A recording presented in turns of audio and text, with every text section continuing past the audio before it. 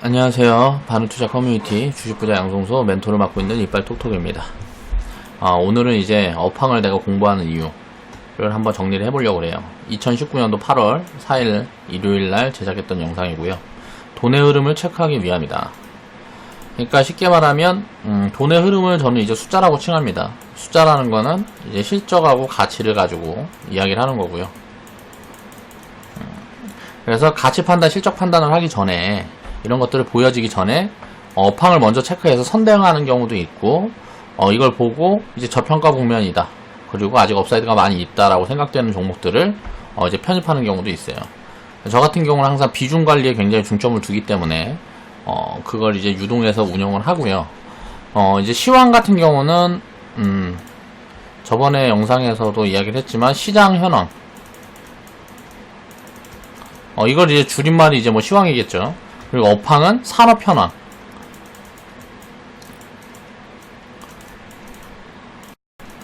이제 완성되기 전에 이걸 이제 선대응을 해서 미리 포트에다 꾸려놓고 산업 현황이 이제 좋아지기 시작할 때 수익을 언제 챙겨야 될 거냐를 보는 거죠. 그래서 항상 투자를 할 때는 선대응에 대한 관점으로 보는 게 중요한 것 같아요. 그래서 숫자가 보여지기 전에 선대응을 하려면, 그러니까 미리 사서 기다리는 거죠. 이걸 하려면 이게 어느 정도 구간에 어떻게 이익이 나올 거다라는 거를 창의적으로 생각을 해봐야 됩니다.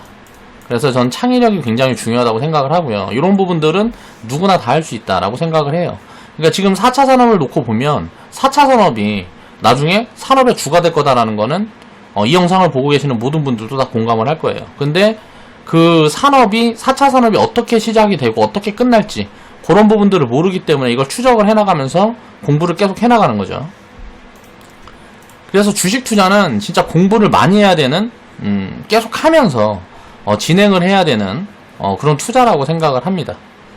그 부분에서 내가 정확히 스스로 시간을 그만큼 할애할 수 없거나 한 부분들 때문에 리딩도 받고 하는 거라고 생각을 하고요. 자, 보겠습니다. 그래서 제가 그동안 이제 우리가 만들었던 데이터를 토대로 한번 살펴볼게요. 자, 5G. 제가 이제 2017년도에 가장 많이 이야기를 했던 업종이에요. 보면, 이 섹터군을 보면, 그러니까 하나의 섹터, 하나의 묶음으로 놓고 봤을 때, 5G라면은 굉장히 여러 가지가 있죠. 그러니까 이걸 이제 서비스하는 기업들도 있고, 통신장비 기업들도 있고, 무슨 이 통신장비 기업 중에서도 기지국, 안테나 등등 해가지고, 여러 가지가 있어요. 근데 이제, 이 5G를 통틀어서 이걸 놓고 이게 뭐냐를 봤을 때 4차 산업의 인프라다. 그러니까 어떤 것이든지 일단 4차 산업이 진행이 되려고 그러면 이게 먼저 깔려야 된다. 그 기준을 놓고 이제 추적을 한 거죠. 그러면 기업들이 돈이 여기 들어가야 된다.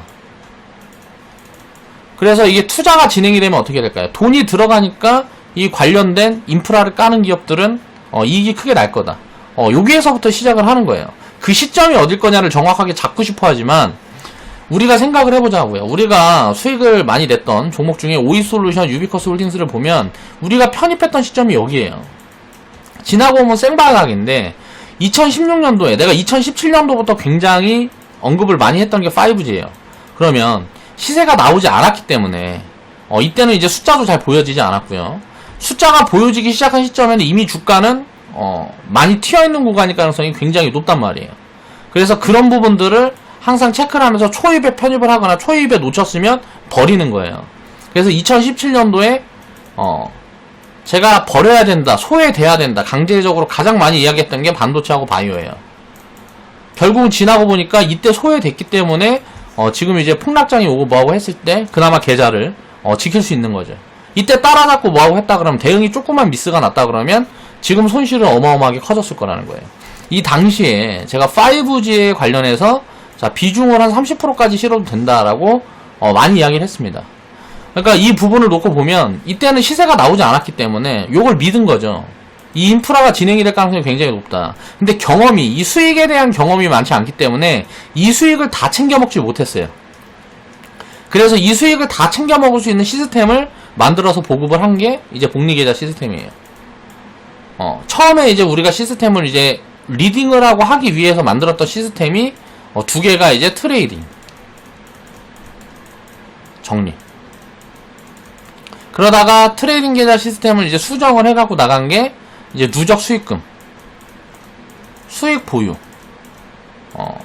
이건 이제 우리 회원분들은 이제 무슨 말인지 알 것 같고요. 적립계좌 같은 경우는 이 시스템이 없었기 때문에 복리계좌 시스템을 만들어낸 거고, 이건 처음에는 이런 식으로 운영을 하려고 진행한 게 아니었는데 리딩을 하다 보니까 회원분들이 요걸 좋아하는 분들이 많아서, 요렇게 운영을 하시는 분들이 많아서 리딩 시스템을 바꿔서 회원분들에 맞춰서 이제 정리를 한 거죠.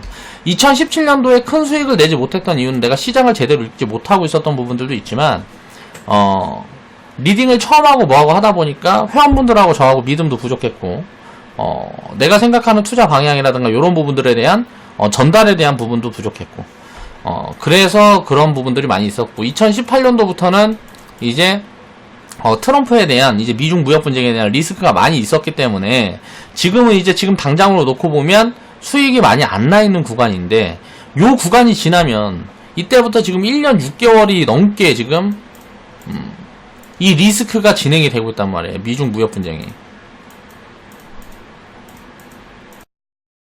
언젠가 끝난다는 거죠.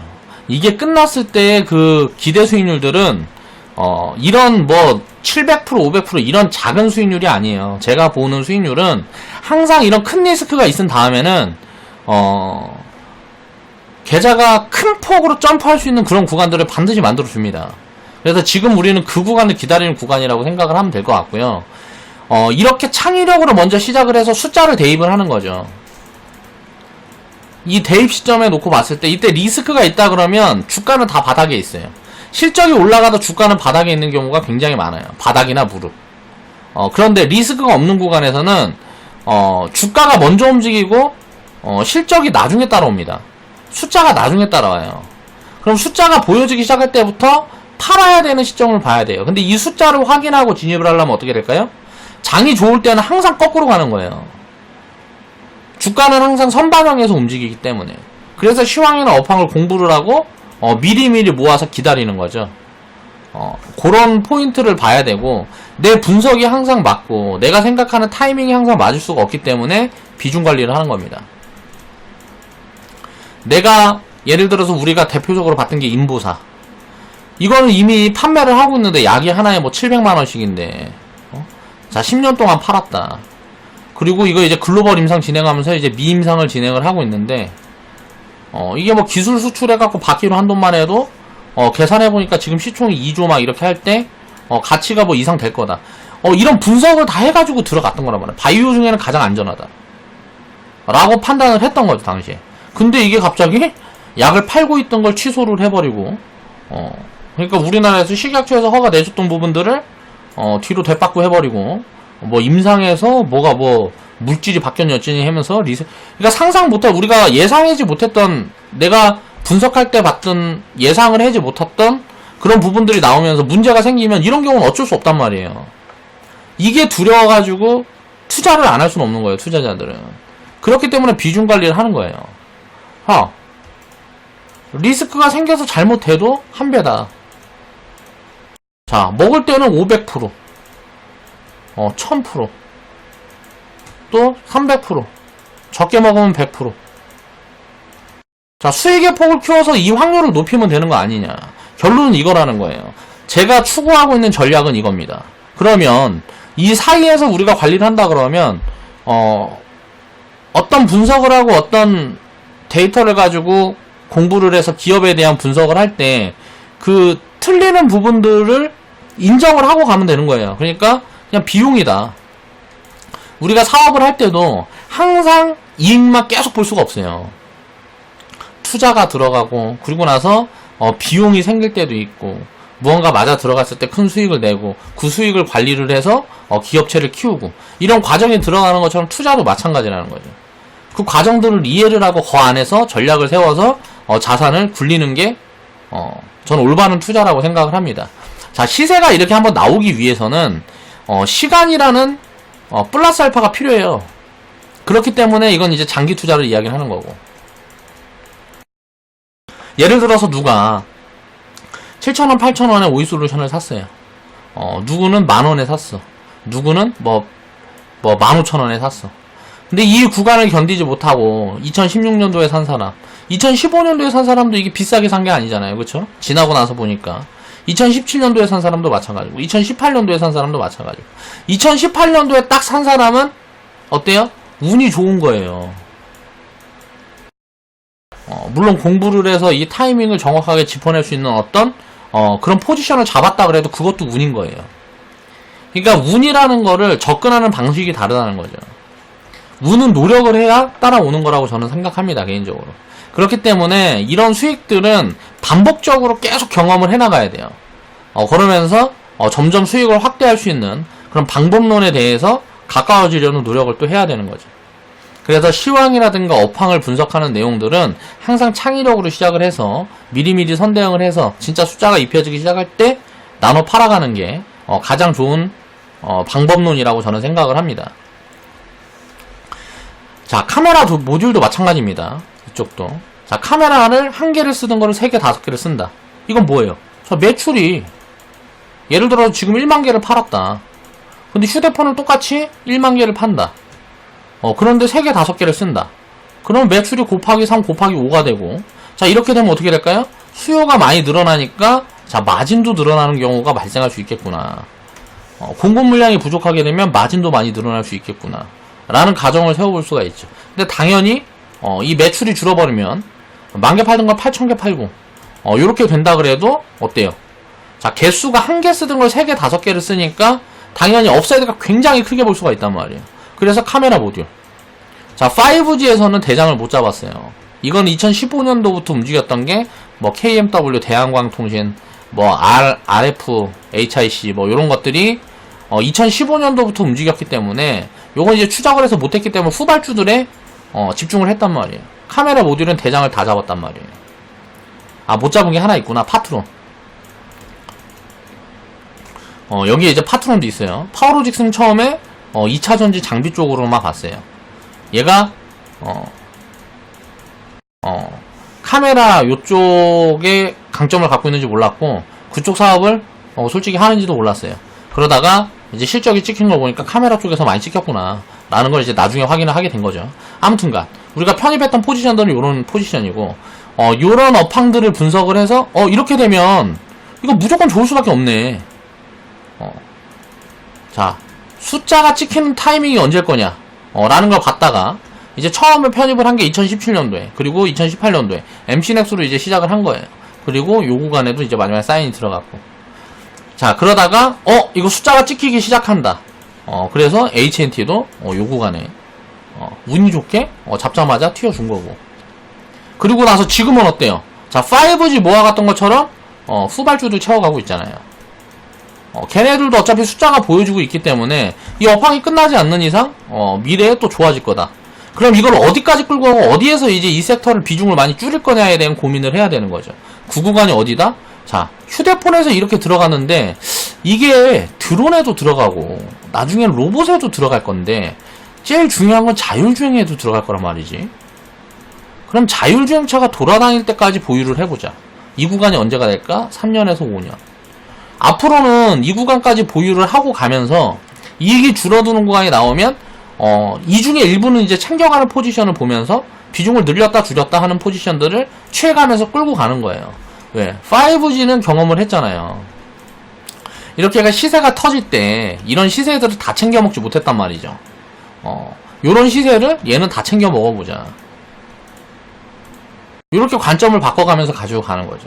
보유기간에 대한 내가 이런 것들을 보면서 자율주행 쪽에서 이익이 찍히는 구간이 언제가 될까 라는 시점을 대충 잡아놓고 그게 진짜 숫자가 보여지는 그 순간까지 보유를 해보자. 이걸 전부 다 갖고 가긴 조금 애매하니까 이 중에 일부는 수익을 챙겨가면서 나머지는 끌고 가자.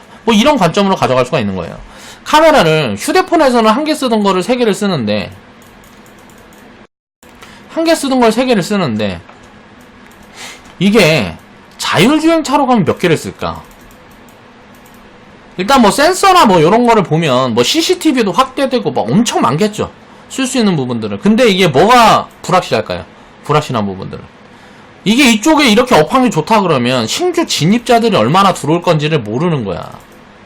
그러니까 나중에 어차피 업황이라는 거는 수요 공급의 원칙에 의해서 진행이 되기 때문에 공급량이 엄청 늘어나고 뭐 이런 흐름들이 보이면 많이 챙겨가는 포지션들을 취해야 되겠죠.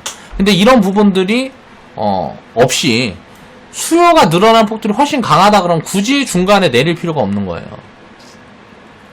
그러니까 주가는 뭐 차트를 봐서 뭐 저항이니까 팔고 무슨 뭐 미치니까 사고 요런 걸 보고 보는 게 아니고 이런 업황 체크를 해서 최대한 오래 보유하는 게 수익을 확대할 수 있는 방법이다. 마지막에 2017년도에는 요 구간이었단 말이에요. 2017년도가 어디예요? 자, 우리가 시작했던 이미 출발을 했어. 내가 쳐다봤더니 이미 출발을 했어. 매수 포지션이 안 나오는 거예요. 이때 보면 막 삼성전자, SK하이닉스, 퍼가 뭐 4배니 어쩌니 하면서 마진이 40%고 50%고 딱 그 역발상으로 생각을 해봐야죠. 좋을 때는 안 좋은 부분들을 생각을 해봐야 된단 말이에요. 그래서 그때 당시에 제가 이야기했던 게 중국에서 반도체 굴기 이야기하면서 너무 많이 늘어난다. 그래갖고 반도체 뭐 공장 이거를 뭐 디램을 올해부터 양산을 하니 내년부터 양산을 하니 하면서 투자가 너무 많이 진행이 되고 있는데 지금 마진이 막 40% 50%다 마진이. 자, 제조업에서 이게 마진이 40% 50% 이건 정상이 아니지 않냐. 그럼 이게 꺾일 거다라는 거를 다 좋다 얘기할 때 저는 이렇게 얘기를 했어요. 그런데 결국은 이제 미중 무역 분쟁 때문에 수요가 많이 줄어들면서 이제 작살이 났는데, 그러니까 이제 경기가 좀 꺾이는 흐름으로 가면서 이게 작살이 난 거죠. 글로벌 경기가. 그런데 요런 부분들이 가격 메리트가 이제 생기고 하면서 지금은 이제 어떻게 생각을 바뀌냐면 중국에서 이제 반도체 굴기가 미국에서 때려서 그동안 반도체 공장을 지으려고 설비를 막 늘린다고 공장처럼 지어놨던 것들에 이게 반도체 가지고 OLED가 들어가고 뭐 다른 게 들어가고 하면서 실질적으로 반도체는 크게 공급 물량이 늘어나지 않는 포지션이 왔단 말이에요. 근데 4차 산업에 로봇을 만들고 드론을 만들고 자율주행차가 들어가고 모든 부분에 들어가는 필수 소재가 반도체다. 자, 미래 업황이 잡혀 있다고 보는 거죠. 그리고 지금 가격 밸류를 봤을 때 밸류도 싸다. 그러니까 그동안에는 성장률만 좋고 PER이라든가 뭐 ROE 뭐 요런 부분들만 높았는데 지금은 이제 안 좋아진 구간에 보니까 자산 가치로도 매력적인 구간에 놓여 있다. 자, 적극적으로 담자. 그래서 비중을 30% 늘려놓고 지금 다 안 좋다 얘기할 때 가지고 버티면 나중에 움직이기 시작할 때는 수익이 꽤 나오는 거예요.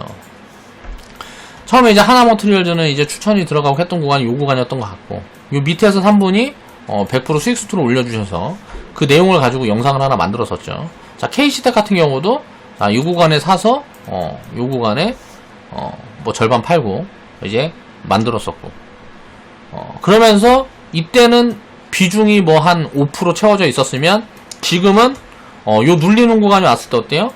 요런 눌리는 구간이 왔을 때 지금 비중을 20% 이상까지 채워서 끌어올려 놓은 구간이란 말이에요. 이렇게 이제 채울 때, 비중을 채울 때도 어떤 한 종목에다만 채우는 게 아니고 나눠서 채우는 거죠. 반도체 중에 후공정 장비에도 채우고 전공정에도 채우고 소재 쪽도 채우고 부품도 채우고 막 하는 거죠. 이거를 꼭 어떤 기업에다만 이렇게 채울 필요가 없다는 거예요. 그걸 리스크하다는 거죠. 예를 들어 반도체가 내가 생각했던 것처럼 업황이 다 좋아서 다 움직이는데 내가 이게 좋다고 생각해서 이것만 딱 샀는데 그놈만 못 가. 어떤 뭐 리스크다든가 뭐가 생겨갖고 그놈만 못 가. 그럼 어떻게 될까요? 이 소외감은 엄청 크단 말이에요. 그러니까 이런 부분들을 해지하기 위해, 그러니까 확률을 높이기 위해서, 수익에 대한 확률을 높이기 위해서도 비중 관리는 필수다. 반도체를 세운다고 반도체 기업을 한 개만 사갖고 여기다가 이빨 때려버리는 게 아니란 말이에요. 한 종목에다 30%씩 때려버리는 게 아니라고. 램테크놀로지 요것도 소재 기업 중에 딱 보니까 이제 뭐 케미칼 기업, 반도체 케미칼 기업인데 주가는 안 움직였는데 이건 무슨 뭐 시총도 작고 뭐 하나 이슈 터지면 튈 수 있겠구나. 그랬더니 갑자기 일본 수출 규제 딱 만나주면서 때려주는 거죠. 요런 운도 작용을 하는 거예요. 여러 개를 담아가다 보면. 아직 시작도 안 했죠. 그리고 아직도 바닥권에 있다고 볼 수 있는 거고, 이거는 이제 올해보다 내년에 보면 이제 업황이 진짜 잡혀가는 흐름들이 보이면 그 구간에서 업황이 완전 좋을 때는 이제 일부 많이 챙겨가야 되겠지만 그런 구간이 아니라 그러면 지속적으로 좀 확대해 갈 수 있는 포지션이라고 생각합니다. 이렇게 체크를 하는 게, 저 같은 경우는 이렇게 체크를 해요, 업황을. 그래서 업황 분석은 창의력이 시작이라는 거죠. 보통 이제 투자를 잘못 생각하고 있는 게, 보통 이제 매매 관점으로 많이 대응을 하기 때문에 개인 투자자들은 차트라든가 뭐 수급 막 요런 걸 보고 대응을 많이 하니까 엇박자가 많이 나고 장기 투자를 하지 못하니까 안정적인 수익을 가져가지 못한다고 생각을 합니다, 개인적으로. 저도 처음에 이제 접근할 때 그렇게 하는 게 맞는 줄 알고 그렇게 생각을 한 거죠. 근데 우리가 가만히 생각을 해보면 가격에 의존을 해갖고, 이게 가격이 얼마가 가면 여기서 사갖고 여기서 팔고 막 요렇게 하다 보면 요거는 말 그대로 정상적인 게 아니죠. 그러니까 가치가 잡혀 있는데, 이 가치가 미래 가치, 현재 가치를 놓고 분석을 해서 이 가치가 지속적으로 상승할 수 있는 그런 기업을 찾아서 최대한 오래 내 평생 매도를 안 하는 게 사실 가장 좋은 투자라고 생각을 해요. 근데 그렇게 하기는 어렵기 때문에 중간중간 이렇게 수익을 생겨가는 포지션들을 놓고 어려울 땐 견디고 이렇게 하면서 투자를 끌어가야 된다는 거죠. 그래야 장기적으로 지나서 보면 누구나 다 이길 수 있는 그런 투자를 할 수 있다라고 생각을 하는 거고요. 업황 분석을 할 때 가장 먼저 보는 게 왜 좋아질 수 있는가. 아까 이야기했던 것처럼 4차 산업, 이거는 혹시나 해갖고 안 될 수가 없는 거잖아요. 무조건 이미 시작이 된 거고, 여기에 진행이 될 부분들이 뭐가 있는지 그러면서 이런 창의력을 발휘를 해서 여기에 숫자를 나중에 대입을 해서 보는 거죠. 자, 숫자는 언제부터 찍힐 건가, 이게 이제 타이밍에 놓고 보는 건데, 자, 이게 기업들이 이렇게 투자를 하고 뭐라고 해서 진짜 이익을 내는 시점이 언제일 건가, 대충 가늠을 해보는 거죠. 이게 1년 후일지 6개월 후일지 언제부터일지는 알 수가 없어요. 그래서 기업들에서 이제 애널리스트들이 잡아놓은 이제 추정치라든가 이런 저런 것들을 분석을 하고, 또 시황 같은 걸 대입을 하고 하면서 요런 포지션들이 이 기업이 견딜 수 있는지를 보면서 끌고 가는 거죠. 그래서 숫자가 찍혔는데 주가가 안 올라갔다, 그러면 편입을 더 하는 거고, 숫자가 찍히기 시작했을 때 숫자보다 주가가 더 빠르다 하면 일부는 챙겨가는 포지션을 취하는 거고요. 자, 시황 체크. 큰 틀이 바뀔 수 있는 문제인가. 지금 이제 시황을 봤을 때 미중 무역 분쟁, 한일 분쟁, 미중 분쟁, 이런 부분들이 있어요. 자, 이게 큰 틀을 바꿀 수 있는 문제인가를 우리가 생각을 해보자는 거예요. 자, 4차 산업. 자, 미국하고 중국하고 싸우고 한국하고 일본하고 싸워서 4차 산업이 진행이 안 될 거냐, 이렇게 생각하는 사람은 이 영상을 보는 분 중에 한 분도 없을 거라고 생각해요. 그럼 4차 산업이라는 모멘텀은 잡혀 있는 거예요. 기업들은 여기에다 투자를 안 하면 다 망하겠죠. 그러니까 이런 부분들의 투자가 진행이 되면 어떻게 될까요? 거기에서 수혜를 보는 산업군이 어디고, 거기에서 이익을 보는 산업군이 어디고, 가장 큰 수혜를 보는 산업군이 어딜까, 이런 것들을 고민하는 게 업황을 체크하는 부분들이라고 생각을 합니다. 그리고 나중에 이제 가격 논리로 볼 줄 알아야죠. 지금이 싼가, 지금이 비싼가, 비싸지 않은가. 자, 성장성이 높게 나오는데 비싸지 않아도 투자해야 될 포지션이 있는데, 이건 이제 리스크가 더 커요. 조금 더 크겠죠. 자, 이익을 더 크게 낼 수 있는 반면에 당연히 리스크도 큰 거예요. 지금 싸다, 이거는 안전성이 확보된 반면에 수익은 성장성이 많이 높은 기업들보다는 조금 더 성장성이 덜한 기업들이 당연히 수익 측면에서는 조금 더 손해를 보겠죠. 그러면 리스크를 관리를 해서 요런 부분도 섞어주고 요런 부분도 섞어주는 거예요. 많이 싼 기업, 성장성은 좀 약하지만 많이 싼 기업도 섞어주고, 또 비싸지 않고, 지금 보면 그러니까 많이 비싸지 않고 살짝 비싸더라도 미래 성장성이 되게 좋을 것 같다, 요런 쪽에도 비중을 실어주는 거고, 악재에 사야지 싸게 살 수 있는 거죠. 숫자가 눈에 보이지 않을 때 사라. 대표적인 게 5G 2017년도 뭐 요럴 때는 숫자가 눈에 보이는 게 없습니다. 실적이 지금 입혀지기 시작할 때니까 이제 추정치도 나오고 뭐하고 하는 거지, 이 당시에는 눈에 하나도 보이지 않을 때란 말이에요. 그럴 때 사야 가장 많이 먹는 거예요. 자, 시장이 비싸다 그러면, 자, 지금 밸류로 보면 뭐 2008년도 금융위기 구간이라고 그러잖아요. 이때가 뭐 2008년도에 금융위기 왔을 때가 PBR이 무슨 뭐 0.82배인데, PBR이 지금 보니까 1900포인트 깨졌을 때 보니까 지금 0.77배까지 내려갔다가 올라왔다. 그러면 지금 2008년도보다 싸다 그러면 왜 투자를 안 하는 거예요? 왜 불안해갖고 다 도망가려고 그럴까? 간단한 거예요. 미중 무역 분쟁, 자, 한일 분쟁, 요런 부분들 때문에 겁먹은 거지. 안 좋을 때는 회피하고 좋을 때만 투자를 한다? 그게 가능하냐고. 불가능하다는 거. 좋을 때만 투자를 하면 어떻게 될까요? 장기 투자를 하면 무조건 깨지는 거예요. 그러니까 사람들은 맨날 깨지는 거예요. 좋을 때만 하고 싶어 하니까.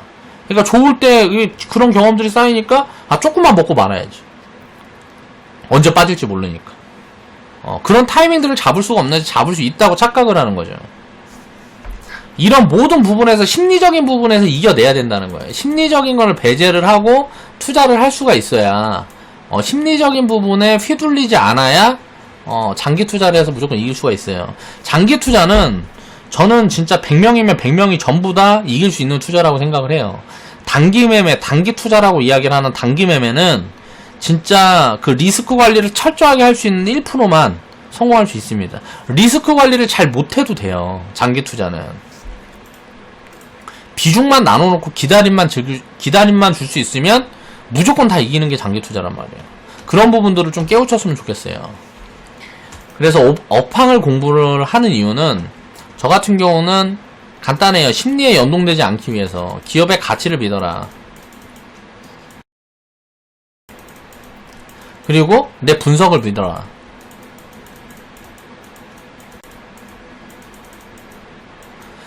이 어떤 분석을 하면 여기에는 어떤 근거가 필요하죠. 이 근거가 무언가를 계속 찾아가는 거예요. 그걸 찾아서 믿음이 생기게 되면 어떻게 돼요? 믿게 되죠. 근데 시장 전체를 분석해야 되는 이유가 있어요. 예를 들어서 신라제네일 보면 지금 뭐 완전 뭐 작살 나 있다 그러지만 이게 막 팩사백에 대한 믿음이 너무 강해. 야, 이거 완전관해라 그래갖고 이상 때 암을 완전 치유한 경우가 없어 거의. 근데 이게 완치가 나왔어. 완치가 이 팩사백에 대한 약의 효능에 대해서 환상을 갖고 있고 너무 믿고 있어. 그럼 어떻게 될까요? 자, 시각이 흐려진단 말이에요. 진짜 얘가 가치가 얼만데? 숫자로 찍혀지는 게 아무것도 없는데, 숫자로 찍혀지는 게 아무것도 없단 말이에요. 그런데 너무 믿으니까 딴 건 보이지가 않는 거야. 다른 이런 것들은 보이지가 않아요. 어떻게 될까요? 몰빵. 믿음이 너무 과해도 안 된다는 거지. 그래서 분석도 너무 철저히 하면 안 돼. 대충 하는 거예요. 대충. 내가 하는 것처럼 이렇게 대충 하는 거라고요. 그래서 그쪽에서 미래 산업에서 이게 좋을 기업들, 기업에 대한 내용들은 내가 보유기간이 늘면 늘수록 공부를 많이 하게 될 수밖에 없습니다. 그 기업에 대해서 더 자세히 알 수밖에 없어요. 그러니까 그렇게 하면서 오래 끌고 가는 종목들을 자꾸 모아가는 거예요. 우리가 수집하는 것처럼 막 우표 수집하고 옛날 돈 같은 거 수집하고, 옛날에 보면 저 같은 경우는 막 NBA 카드라 그래갖고 막 요런 것도 수집했었어요. 요런 거 수집하는 것처럼. 또 나무 좋아하는 사람들은 나무 수집하는 분들도 계시죠. 그리고 여러 가지가 있어요. 그러니까 이런 흥미를 느낄 수 있을 만한 것들을 만들어서 차곡차곡 좋은 기업들을 내 포트폴리오 안에 모아간다는 개념으로 투자를 해야 된다. 그러면 실패는 없다. 라고 저는 생각을 합니다. 자, 오늘 영상은 여기에서 마무리를 하고요. 이런 부분들에 대해서 한 번씩들 다 생각을 해봤으면 좋겠습니다. 긴 영상 시청해주셔서 감사합니다.